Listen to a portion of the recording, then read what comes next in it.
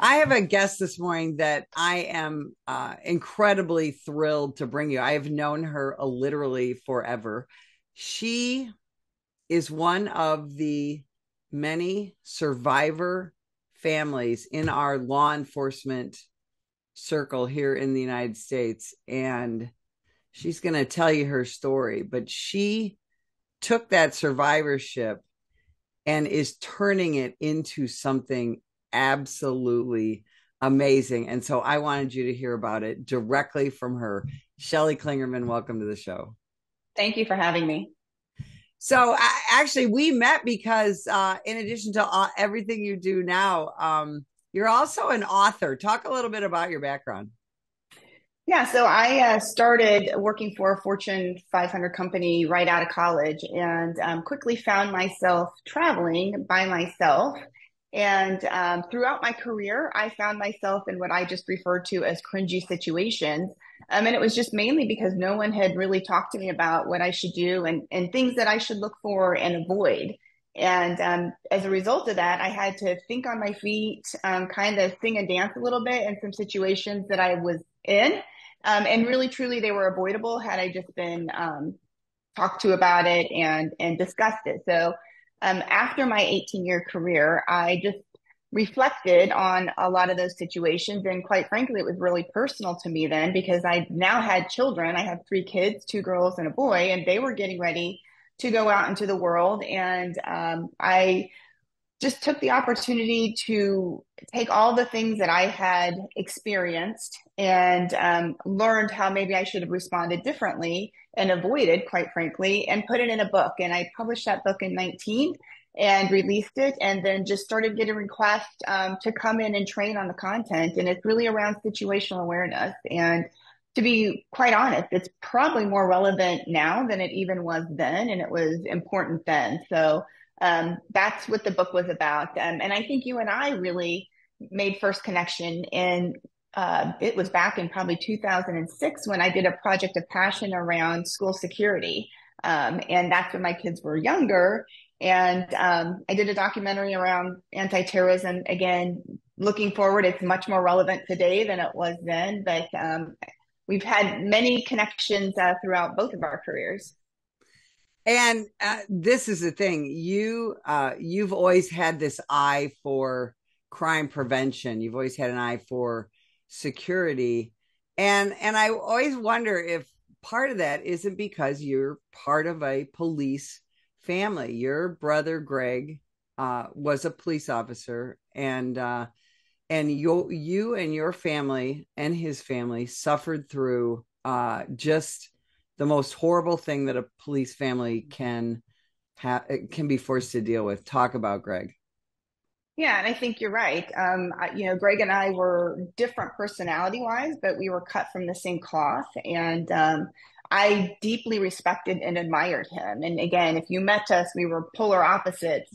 But man, was he good at what he did. And I truly respected his talent and his passion for the work he did. So he was a 30-year detective and FBI task force officer. And on July 7th of 21 was exiting his federal office building and was ambushed and murdered.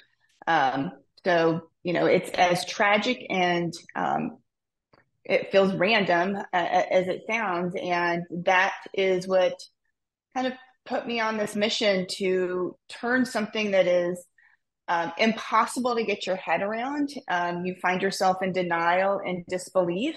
And it's something you can't control. So this foundation became somewhat of a grieving process for me.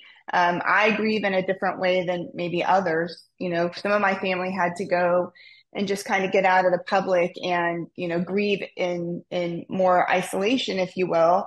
But I wasn't able to do that because what I was finding was that I was so deeply sad and then I would swing to just mad as hell, to be honest, about what happened. And those swings were big. And the anger emotion generates a lot of energy. And what I quickly realized is that energy, without intention of directing it somewhere, it can be productive or destructive. And without being intentional about putting it towards something productive, it would be destructive. And then that murderer would have taken more than one life that day, and that's just not going to be an option. So the whole point is to make something much bigger, positive, come from such an evil and senseless act. And Greg's murder made national news. It happened, and I know you can't talk a whole lot about the case, but it happened in a smaller city in Indiana. And July of 2021 was right smack in the middle of, we were into that year-long, literally a war on cops, a national spike in violent crime. And here he was, and I know we still don't know if it was an intentional ambush of a police officer, was it random? But 3 years later, you're still waiting to find all of these things out. And I think that's one of the things that people don't understand.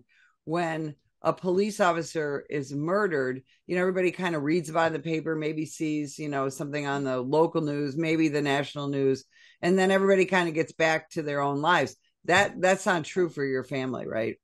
Yeah, absolutely. My parents are in their 80s, and they truly are concerned about not seeing justice served. And it was just Greg and I. So it's a heavy day for them, day to day, with this being open and not having closure, or knowing that someone's going to have accountability for the actions. Because again, he was a great person and an amazing cop. And, we can't continue to stay silent when these things are happening, because, we're losing the good ones. And what does society look like? I think you had mentioned, I've always been kind of engaged in security, but it's only truly at the heart of it because I care. I mean, I care about this country. I care about law and order. I want my kids to grow up in a society that is, has respect and accountability. And, if I don't stand for this and don't speak up, then, I'm as much to be responsible. So it's just our way of, it checks a lot of boxes, but at the core, we will make sure that something much bigger, positive comes from such an evil and senseless act. We will write the ending. And that's the thing. You're not somebody who, sits in the corner and sucks your thumb and weeps and things like that. You're a doer. So you decided to honor Greg, and all of law enforcement, frankly, in a pretty extraordinary way. Talk about Project Never Broken. Yeah, so just another interesting fact about this whole community is that Greg was the third officer to be killed in the line of duty in 10 years. So for a community of our size, which we are around 60,000 and a force of around 130, that's a big blow. And I know what it's been like to experience one of those big T traumas. I can't imagine what these officers on that force and the families have been dealing with even prior to Greg. And now you just add this one on. So it gives them a way too. This organization gives them a way too to feel like you're bringing purpose and you're have control of something, which is one of the hardest things. I mean, we cannot control the justice system, and our case has been delayed 5 times. It's unbelievably maddening. But what we can control is what we do. And so again, we keep doing things to make the loss and the outcome of the loss bigger than the loss itself. So we started Project Never Broken. Its mission is to boldly, and that's a very important word, boldly support law enforcement through hope, help, and healing while honoring the resiliency of humanity. And we spent the first probably 18 months just listening. Like, what do you need?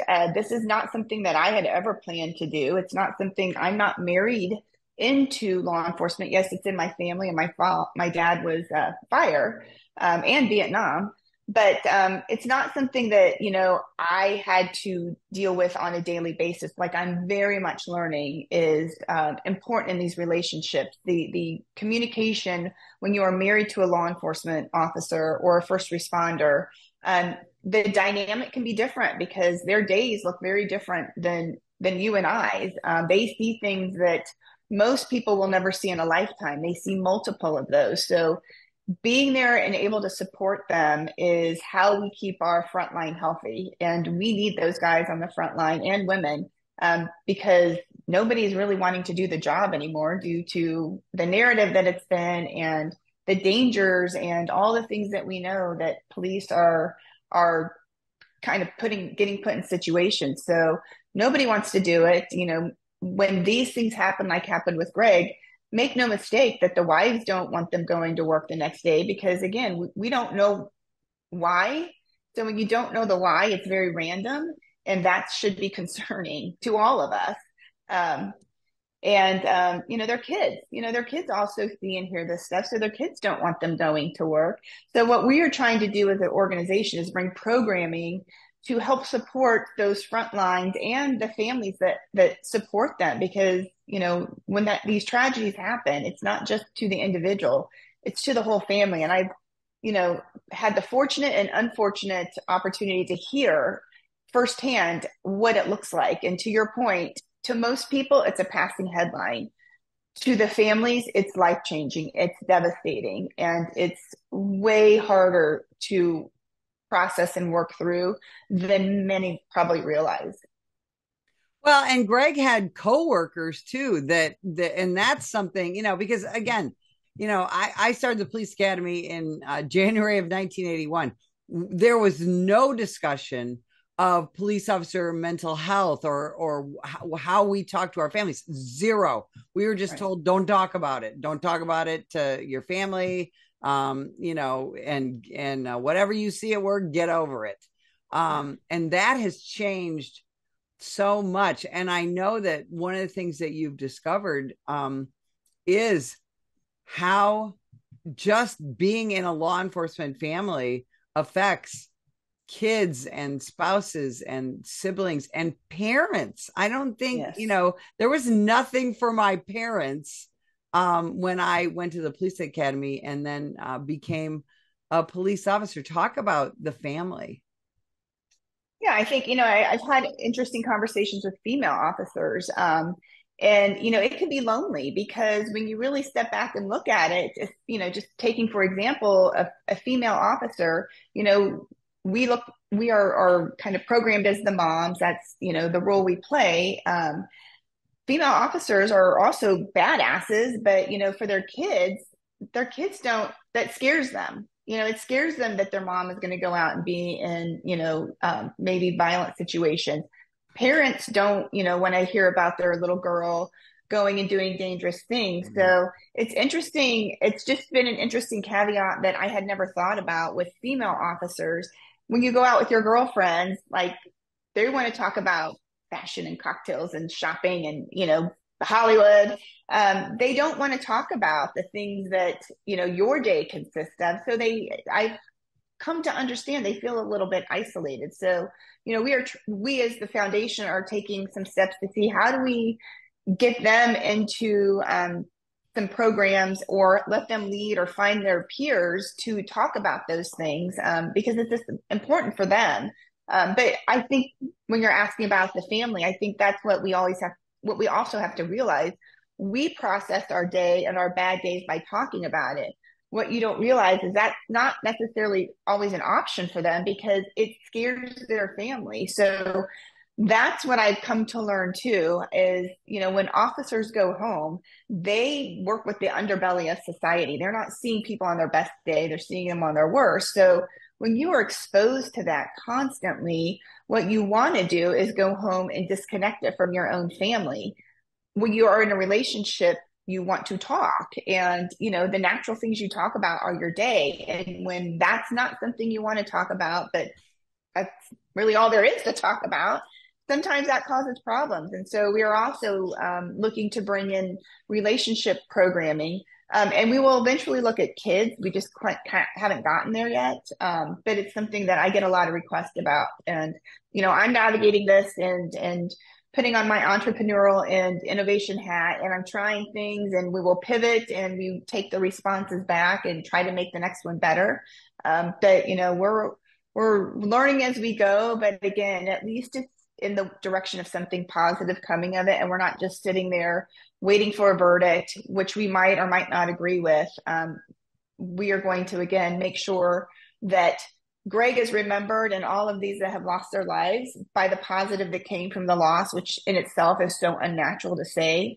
But you can only do what you can do. And, I truly think that, um, God, somebody bigger has to play a part in this, because you don't have the emotional energy and capacity to do it without it, because it gets just so heavy and you want to check out, but you don't. I mean, there's something within that just keeps driving. And, I give that, grace to God. I don't know what else. There's just no way it would happen without a bigger something at play.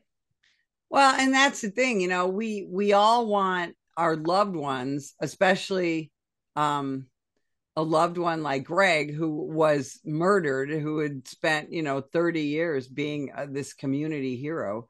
Um, we don't want them to die in vain. And I think Right. that's a real important part of Project Never Broken Yes. is the like you said, the positive, even though that sounds so weird to say, the positive coming out of this, and also the memorializing of not just Greg but others. Yes, absolutely. Yeah. And we're doing for him what I know he would have done for others. I mean, he Mhm. would have doggedly pursued justice, and he was just always in pursuit of what's right. And it was interesting when I say he was one of the good ones, he is such a leader. I in my other company, I teach leadership, but I have had so many people just share stories where he was just a natural leader. He was very humble. He didn't think less about himself. He just thought about himself less. And it was always, people described him as a chameleon. He was whoever he needed to be in that moment. So he was all about being the person he needed to be for whoever he was in front of. So he was really talented at going from having a conversation with an executive or someone in leadership to having a conversation with someone he was cuffing. And some of those people that he cuffed literally came to the visitation and said, I would not be here had it not been for him treating me with dignity and respect in a time that I did not deserve it. But he treated me that way, which is what I needed in that moment. And so, when I talk about someone that I admired, again, people who know us know that we are completely different, but I had a great admiration for him. So you can't run a non for profit without um, events and fundraising. And Yes. this summer, you have a really terrific event coming up. Talk about Party with the Purpose. Yeah, so we're going to be doing Party with a Purpose. And to your point, yes, it's a fundraiser, but it's also, again, everything we do is with great intention, and it's got his essence and it's got a purpose. And so the purpose of this event is, yes, to raise some funds to help continue to bring in programs and speakers and underwrite officers who would like to attend conferences like the Wounded Blue that you're very involved in. Um, but it's also to show a very intentional celebration of officers. So it's Party with a Purpose, a party for police. And we want all of our officers and first responders to know that sometimes maybe when you don't hear or see us, we are there. So this is an event. So those who want to show support can all come together, and we are going to celebrate police. We're going to celebrate the sacrifices they make. We're going to celebrate their families. So we're going to be selling tables. For instance, the table of 10, we're asking them to fill the table sponsors with 8 and then invite 2 officers so that they have an opportunity to intermingle with the community, because that's another thing that I got a lot of response on was people wanted to help. They didn't know how. And quite frankly, early on, I didn't know either. I was just trying to figure it out. So I didn't have an ask at the time. What I do know is that officers don't expect their coffee to be bought, their meals to be paid. They just want to know we're there. And I think to your point, reflecting back on, that time period of 2021, they didn't know that we were there. And there's lots of reasons for that. And that is no longer acceptable in my eyes. So we will do things. And that's why I was saying the bold is really important in our mission. We will do things that are bold, and we will no longer, stay silent. So it is very much as a a fundraiser, it is a party to celebrate them and to show them with their eyes and their families. It's really important for families to see that my loved one is not fighting alone. We're going to do a visual celebration. Who are the some of the guest speakers you're going to have? Yeah, so we have Jason Schechterly, who is maybe a little better known in the police circuit, but I know he speaks all over. He's got an amazing story. He was an officer that was rear-ended on his way to a call, and his car caught on fire. And his story of resiliency is amazing. Again, that's a pillar of our mission. So we are intentional about bringing in those speakers who align with what we're trying to do. And we have Dog the Bounty Hunter, who doesn't know Dog. But Dog has another message of, officers, when you think no one's listening, it is getting in, because his story is just that. He was on the wrong side of the law for many years, was sitting in the back of a police car, and it was something that policeman said that he was like, yeah, I got to change something. So he will be speaking. And then we have a comedian, Vinny Montez, who is an officer, and he tells some really funny jokes that, quite frankly, only an officer could tell, because they're pretty pointed, but they're real, and he keeps it real. But he's got the credibility to tell it, because he is one. So we are really excited about this event, our speakers, and we look to have a great support. And if anyone has anything they'd like to donate for the auction, they can contact me. If you're wanting, again, just to show some support and, donate something that we could auction off to raise money for these responders, we invite that. So where can people find more information about Project Never Broken, about Party with a Purpose, and all the great things you're doing? So we're on social. We're just on Facebook. That shows my age. That's the only one I can keep up with. And then you can go to projectneverbroken.org and learn about the work we're doing and some of our events we've done in the past and the things that we have planned coming up. Shelley Klingerman, you are doing amazing work, and we at the National Police Association appreciate everything that you do. And if you'd like more information about us, visit the National Police Association at nationalpolice.org. Are you passionate about supporting law enforcement? The National Police Association is on a mission to strengthen our communities, protect our families, and ensure justice prevails. But they need your help. Every dollar you donate makes a difference. It funds the legal defense of police officers and police agencies, supports advocacy for pro-law enforcement legislation, and funds community outreach programs and education. Imagine safer streets, stronger bonds between officers and neighborhoods, and a brighter future for all. Join us. Visit our website at nationalpolice.org to donate today.